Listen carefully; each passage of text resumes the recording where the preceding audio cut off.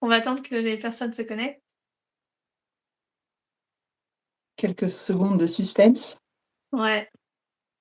Tin tin tin.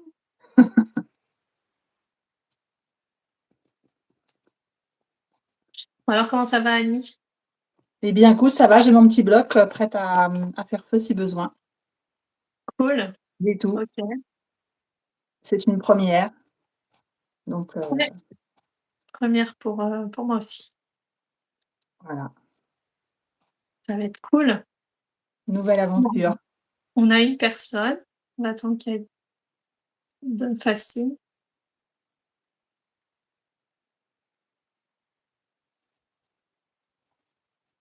Bon, ça fait plusieurs semaines, hein, qu'on prépare ce live. Ouais, carrément. Très intéressant, Ouais, préparation très intéressante. cool. On Merci nous dit dans Béatrice. l'oreillette que tout est nickel. Il y avait une deuxième personne, mais qui est partie. Mais oui, on parlait pas alors, Eh oui, Ah, il y a quelques personnes. Bonjour bonjour aux à nouveaux tous. arrivants.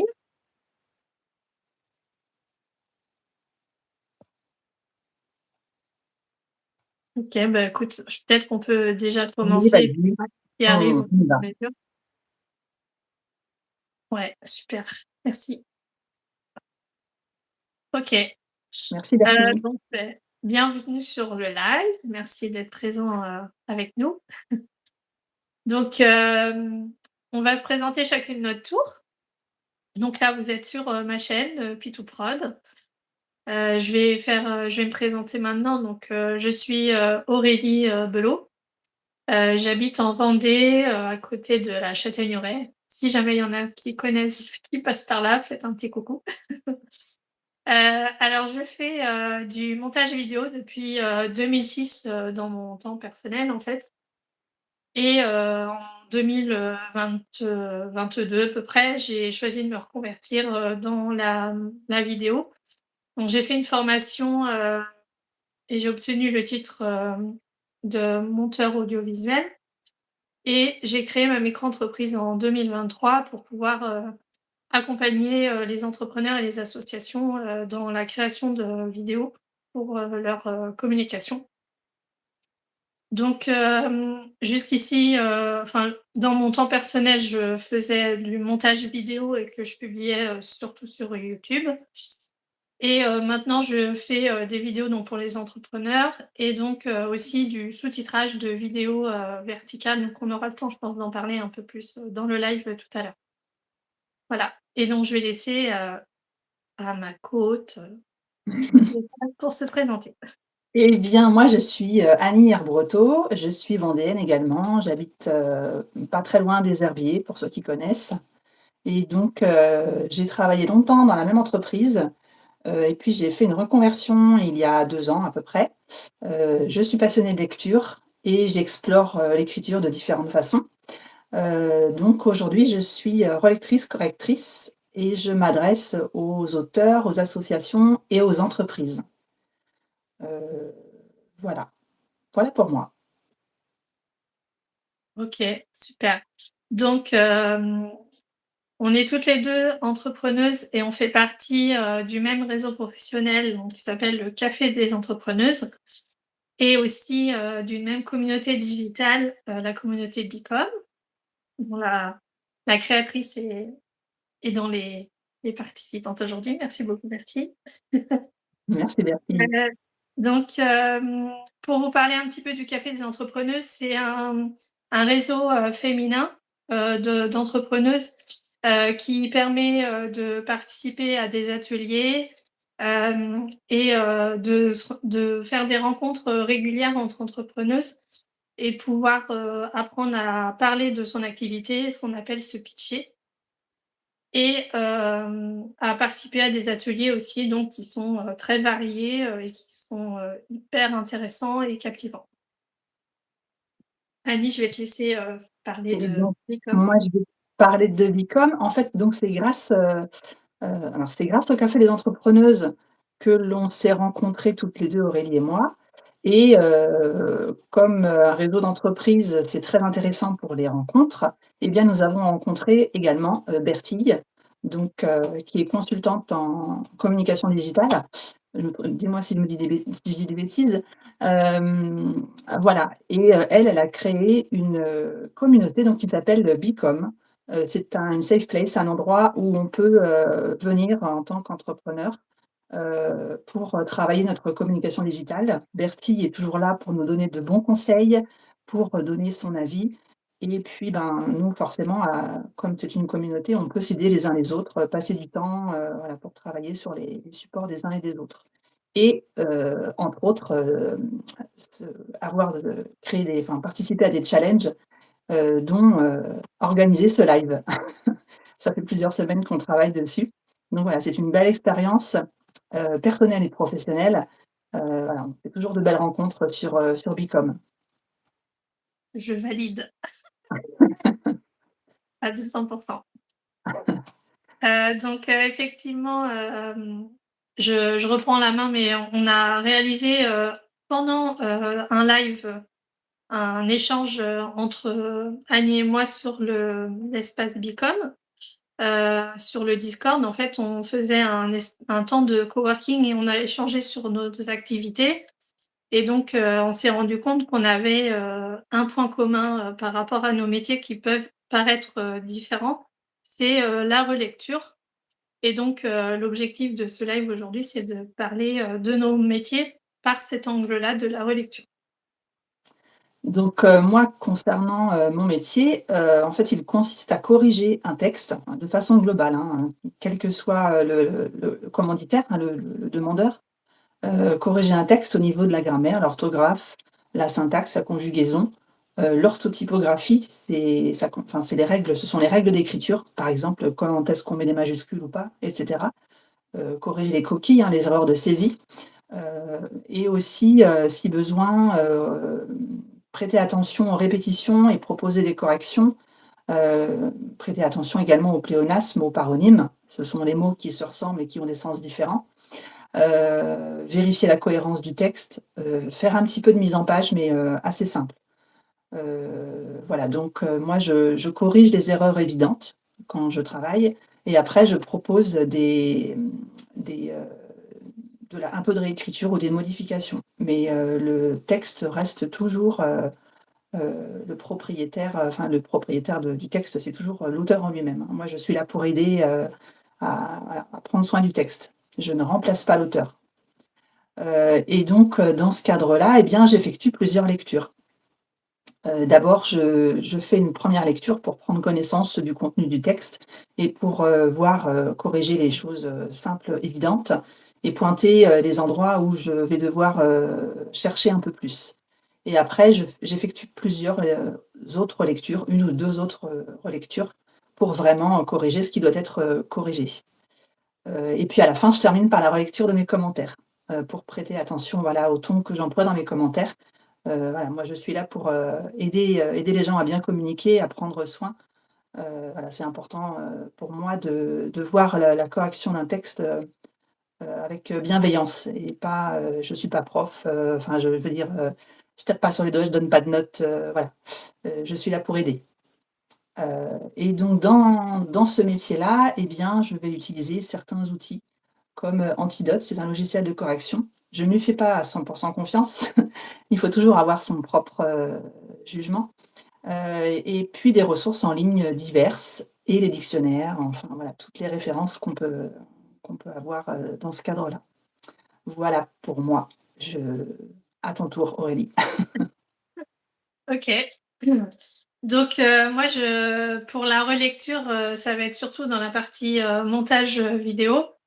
Donc typiquement, je vais faire, une première lecture, de la vidéo parce qu'on parle de lire une vidéo, en x2 pour prendre connaissance de l'essentiel du message et à des moments enlever les passages, qui je sais vont disparaître comme les moments où la personne s'arrête parce qu'elle s'est trompée ou des choses comme ça.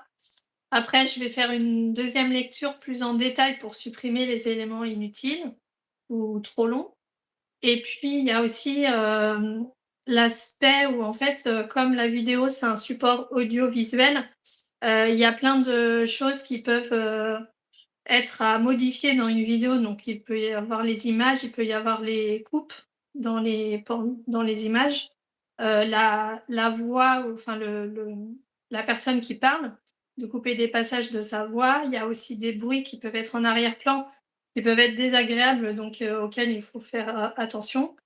Et aussi, on peut rajouter, des sons, qu'on appelle du sound design, donc des bruitages pour accentuer le message.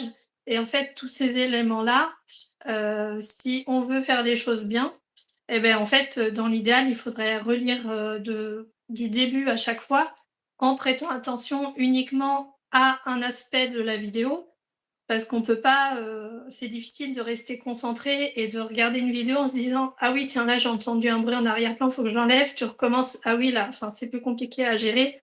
Donc c'est plus, facile, mais ça prend aussi beaucoup de temps de, retravailler la vidéo sur chaque aspect, en fait, du support, quoi.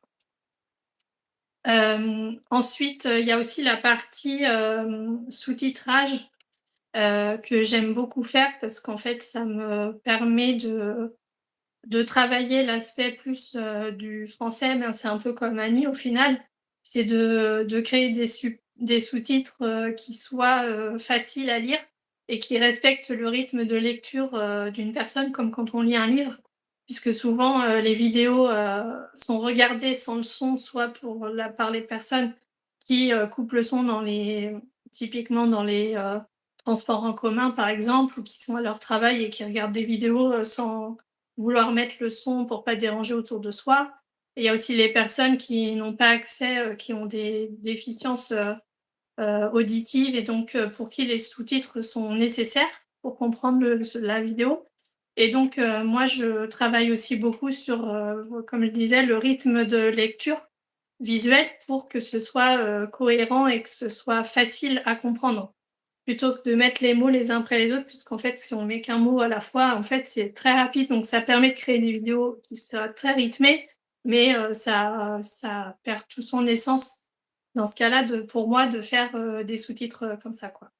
Donc moi, je fais en sorte qu'ils soient, lisibles et cohérents, pour, le maximum de personnes.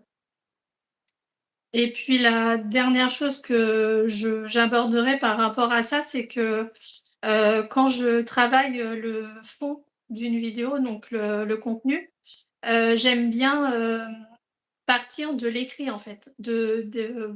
En fait, quand une vidéo, quand je travaille sur une vidéo sur, le logiciel, que j'utilise donc, Adobe Premiere Pro, j'aime bien, utiliser la transcription en fait, de la vidéo et retravailler en fait, le contenu pour que ce soit, rythmé et c'est plus facile pour moi aussi de lire, ce que la personne dit, pour, vérifier, si des choses ont été répétées ou pas, plutôt que d'écouter en fait ce qu'elle dit en fait.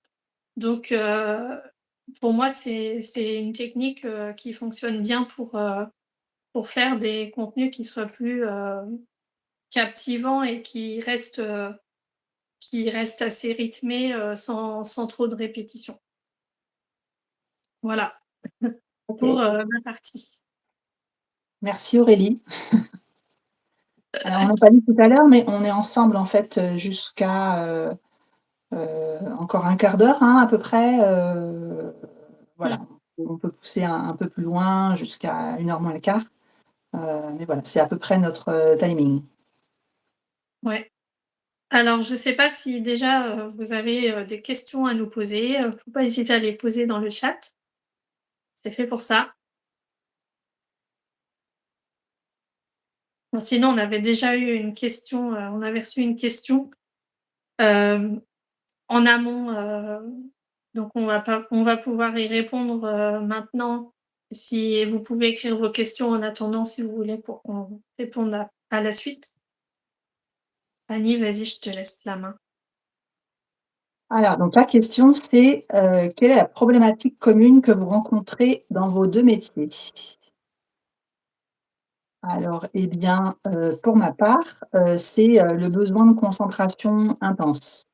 parce que voilà, corriger, différents points sur un texte, en fait, naturellement, notre cerveau nous aide à lire des choses qui sont erronées. Il nous aide à lire, en fait, ce cerveau, mais il faut bien, avoir du recul et réussir à corriger, toutes les enfin, les différents points, à corriger, grammaire, orthotypographie, le sens du texte, les choses qui pourraient être illogiques et cetera. Enfin, il y a beaucoup de choses à corriger. Hem, voilà, je dirais que c'est le besoin de concentration, donc c'est pour ça que je fais plusieurs, relectures, hein. Je cherche des choses différentes à chaque fois et j'ai besoin aussi de faire des pauses pour sortir du texte et y revenir, quelques minutes ou quelques heures, plus tard.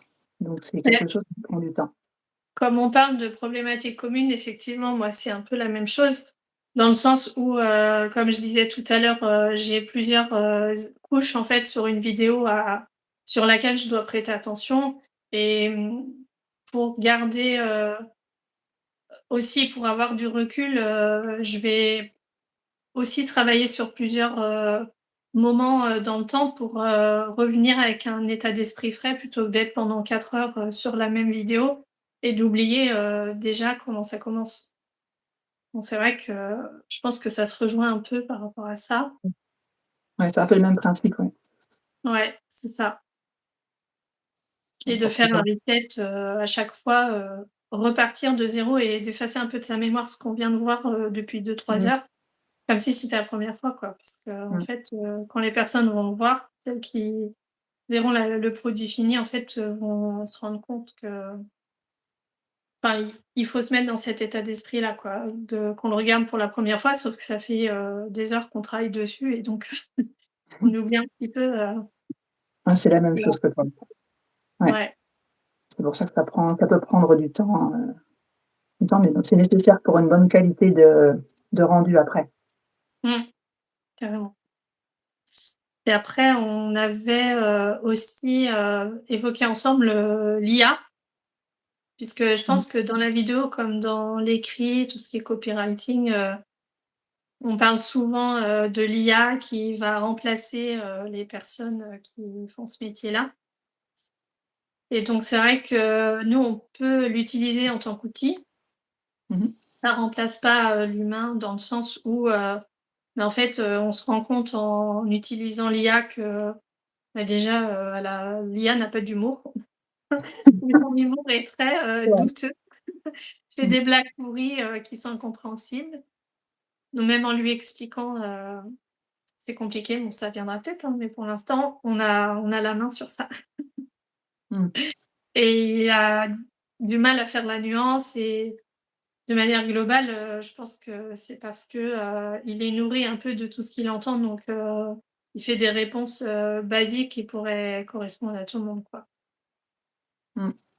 Ouais, puis selon les besoins du texte et voilà, il connaît pas la nuance, il ne sait pas si par exemple, moi quand si je corrige un roman, l'auteur me demande, je sais pas, un exemple, parfois quand on fait des répétitions dans un texte, c'est pas forcément, une bonne chose, mais pour faire un effet de style, l'auteur peut vouloir justement faire une répétition, appuyer sur un point précis et là, l'IA dans ces cas-là va nous dire: «Bah non, là, la répétition, faut l'enlever». Alors que non, en fait, la machine, elle est pas censée connaître, toutes les nuances, que l'humain peut avoir et donc heureusement que, qu'on a toujours besoin de l'humain pour travailler des choses, voilà. Mmh. Pour moi, c'est vraiment je ne sais pas si, l'IA est vraiment un outil, seulement pour tout le monde. Heu, peut-être que enfin, certains se servent trop de l'IA et un peu, je pense qu'il faut retrouver, un esprit humain et faire travailler son cerveau, quand c'est possible, un maximum et travailler ensemble aussi à plusieurs, hein, voilà, c'est utile. Heu, voilà, rien ne remplacera l'humain. Exactement. Donc merci Alexandra, la biquette du web qui nous a posé cette question hyper intéressante. Donc voilà les 2 problématiques communes, qu'on peut rencontrer, dans nos métiers respectifs. Après, je vois qu'on n'a pas d'autres questions, pour l'instant du moins. Est-ce Est-ce que, rapidement, parce que là, ça fait déjà 20 minutes, je sais pas si on peut, est-ce peut-être que aborder, est-ce que d'autres angles? peut-être, l'autre question, c'est peut-être simplement de savoir est-ce que les gens qui regardent le live connaissent nos métiers? Est-ce que ça leur parle ou pas du tout? Voilà, Ouais, c'est question vrai. simple. C'est intéressant de savoir ça. Est-ce que là, vous découvrez sur le live, les métiers que l'on vous présente ou est-ce que vous connaissez? Donc monteuse vidéo et relectrice correctrice. Ah, que ton métier est peut-être quand même pas mal connu, pas mal, Ouais, je pense, c'est vrai qu'en même en podcast, d'exemples quand on parle de créer, de se mettre à son compte, des choses comme ça, il y a beaucoup de personnes qui prennent l'exemple du montage vidéo et c'est vrai qu'on a l'impression que c'est saturé parce qu'on voit des vidéos partout, mais en fait, il y a tellement de vidéos justement et que c'est de plus en plus, un format, qui est prisé qu'il y a besoin de personnes en fait pour faire le montage, quoi et mmh, que tout le monde n'a pas forcément la patience de s'y mettre donc je pense que oui, c'est un métier qui peut être, souvent évoqué, mais qui est pas forcément compris de tout le monde, par contre. mmh, On ne rend pas forcément compte justement de ce qu'il y a à faire, quoi. mmh. Et moi, c'est pareil, mon métier, enfin, est très connu dans le monde de l'édition, hein. Les auteurs, évidemment, vont Ouais, connaître, les maisons d'édition et cetera. Mais voilà, corriger un texte, ça peut être utile à différentes, personnes et à un large public. Donc et oui, corriger un texte, c'est pas juste utiliser un logiciel de correction, hein. C'est bien plus ouais, complexe que ça et on corrige même les espaces entre les mots, dans le monde de l'édition, voilà, pour que la maquette, la mise en page soit correcte. Donc on va chercher les doubles espaces, à l'œil parce que ouais, je c'est pense pas que facile à voir ça. là, il y a pas Moi, de j'aime bien les voir et tout et il y a des personnes qui en mettent 2 voire 3 des fois dans des présentations, mais qui s'en rendent pas compte, enfin visuellement pour eux ça les choque pas, mais c'est vrai que mmh, moi je trouve ça bizarre quand il y a 2 espaces. Bon après, l'œil il est tellement habitué des fois il loupe des mots même, toi quand tu avais fait le post avec les mots qui étaient, dont les lettres étaient toutes dans le mauvais ordre.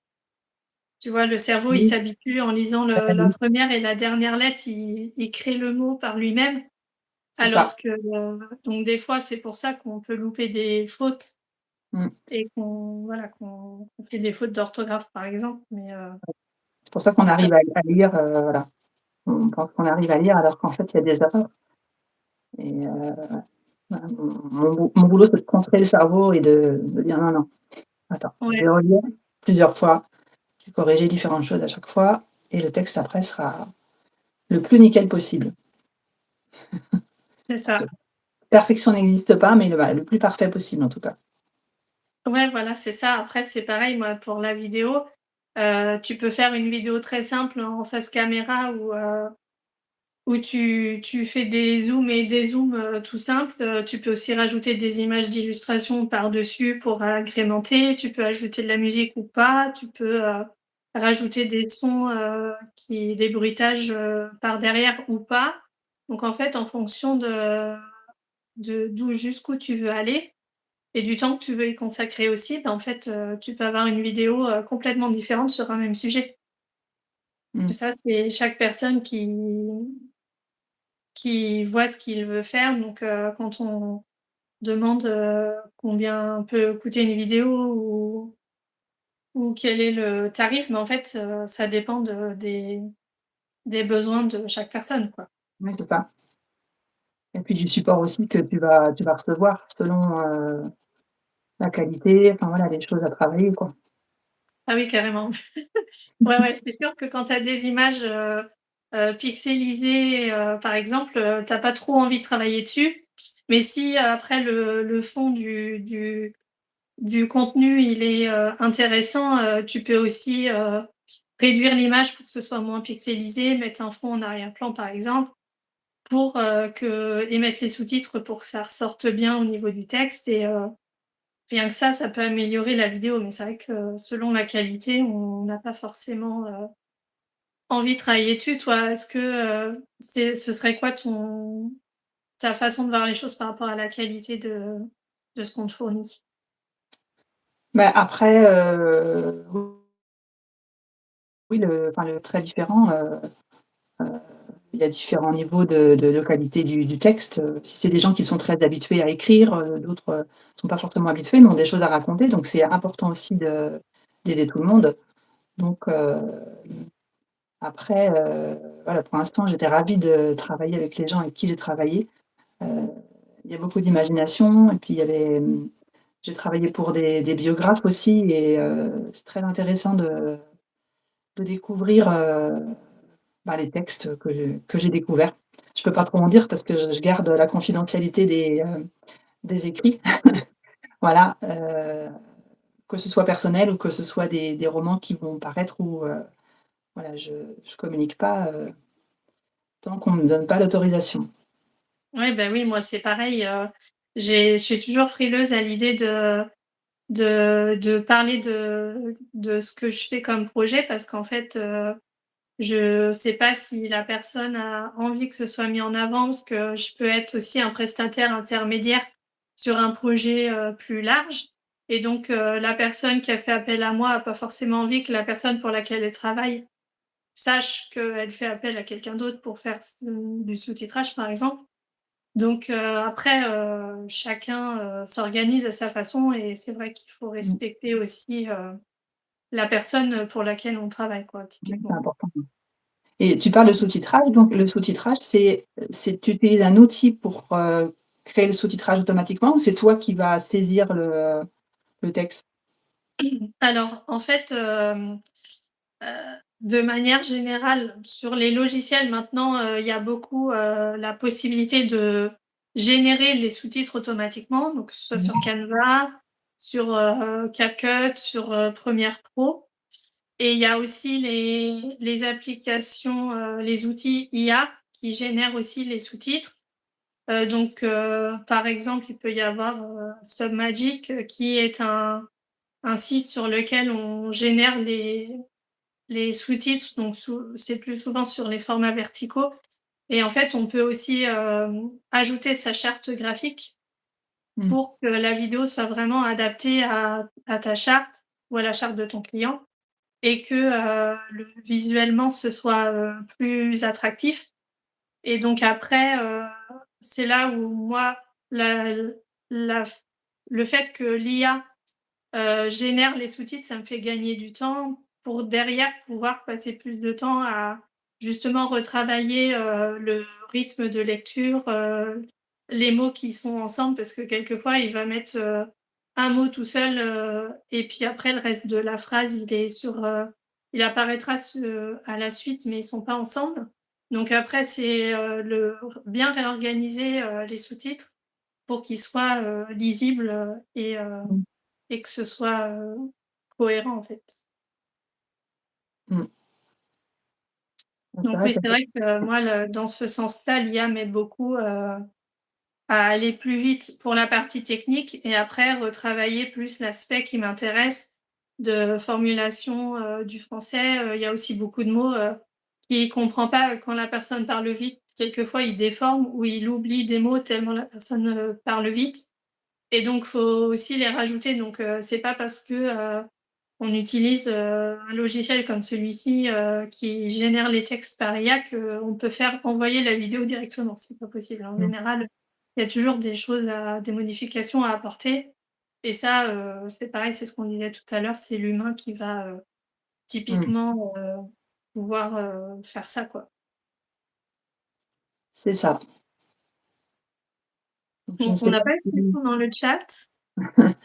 et puis peut-être qu'il y a des personnes qui arrivent tout juste là, donc Peut-être. brièvement, on est, voilà, Aurélie est monteuse, vidéo, moi je suis relectrice correctrice et on s'est rendu compte qu'on avait un point commun, sur nos métiers, c'est-à-dire la relecture.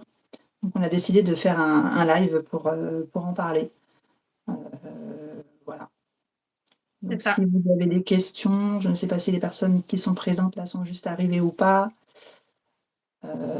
voilà, on est toutes les 2 sur la relecture de supports, plusieurs relectures et on aime prendre le temps de bien faire les choses parce Ouais, que c'est comme ça que c'est le mieux. c'est ça. C'est pas vite fait, bien fait, on travaille, avec application pour bien faire les choses. Voilà. Bon, bah, écoute, si on n'a pas de questions, je pense qu'on peut, on peut arrêter le live, sachant que là, on a déjà, 30 minutes de live, c'est chouette. Ouais.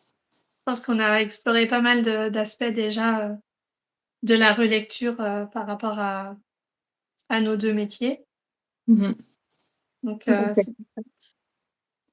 Bon, bah, écoute, merci Aurélie, hein, Beh, merci à toi Annie aussi, c'était et trop puis cool. merci Bertie qui n'est pas très loin, Ouais, notre merci coach. Catherine. OK, bon, merci et puis à peut-être une prochaine fois. Oui. Au revoir, bonne journée à tous.